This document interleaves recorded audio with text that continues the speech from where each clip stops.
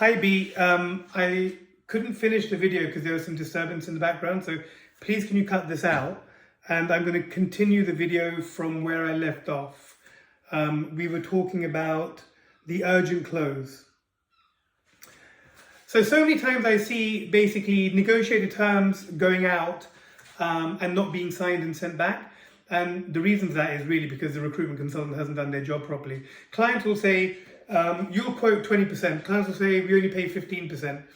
Then you'll say, well, look, if I gave you 15%, what can you give me in return? Because I don't discount my fees, but I do negotiate my fees.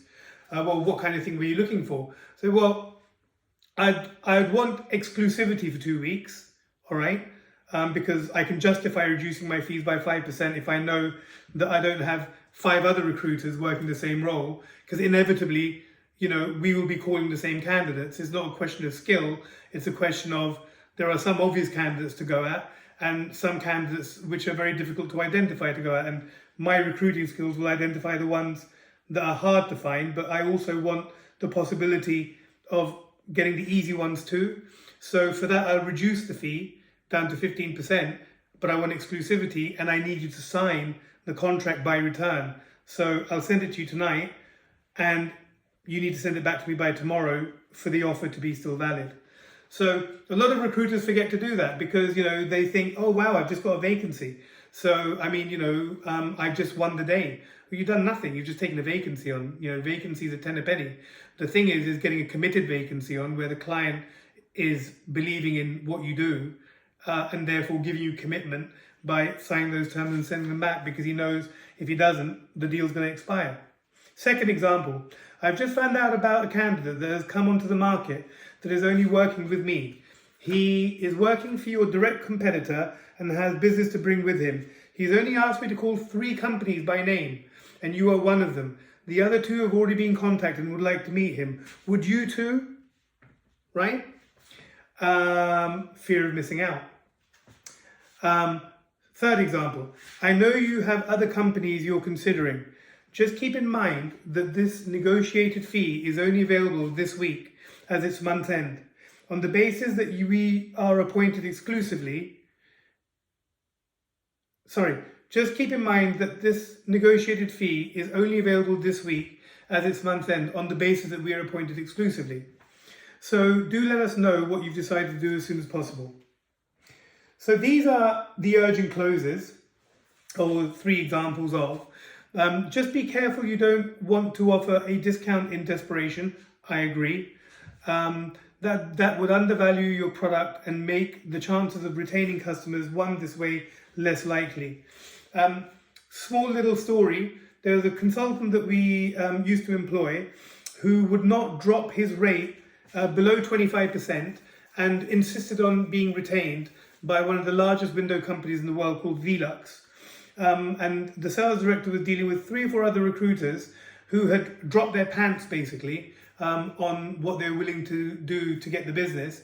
And the sales director came back for our recruiter because he was the one who believed in the service the most and held onto the integrity of what he's willing to accept in terms of fees and how those fees were to be paid.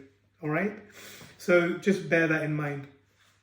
The 5th example is the high pressure close, which is described as this is the most aggressive form of closing and isn't typically recommended unless you're dealing with a buyer who only responds to pressure.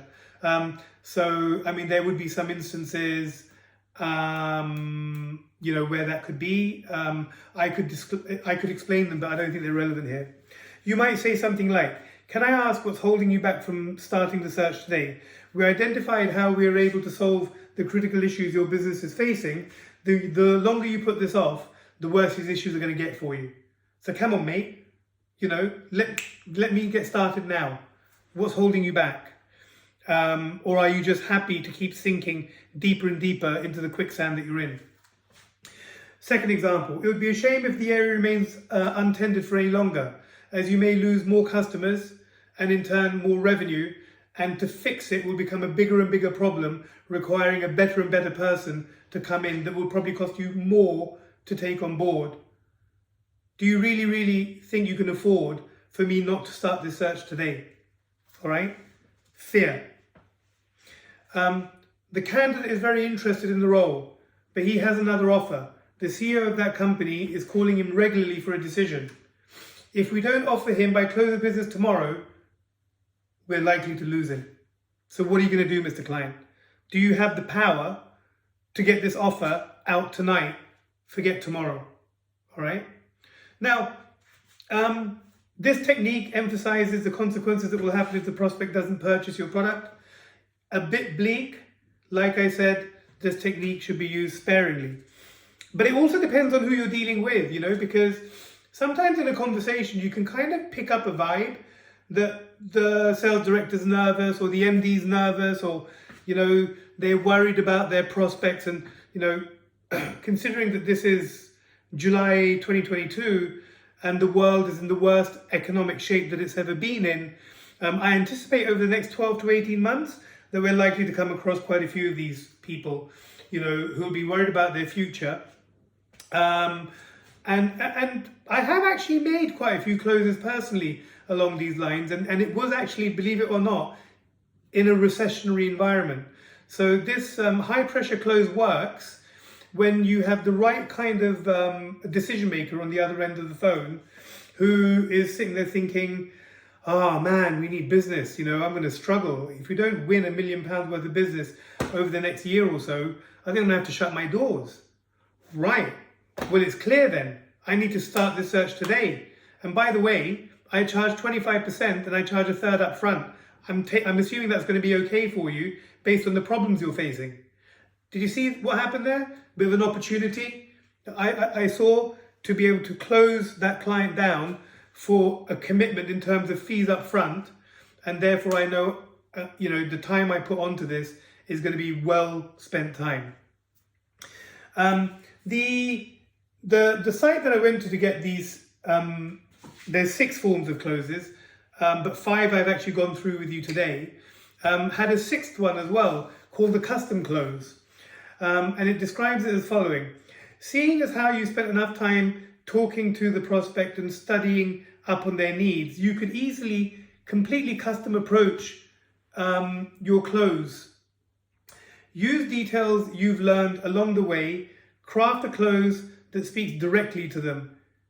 It could go something like this. Now, I didn't craft any examples because I thought this could be a great exercise for you guys to do by using all the different formulations of closing and coming up with 3 examples each on, you know, custom closes. Because frankly speaking, all of you need to be natural custom closers as opposed to an alternate closer or an urgent closer or a high pressure closer. You need to be able to have all of these forms of closing in your toolbox and know which to use at what optimum time to get the progress that you're looking for, which leads to outcomes that we're all looking for. Thank you.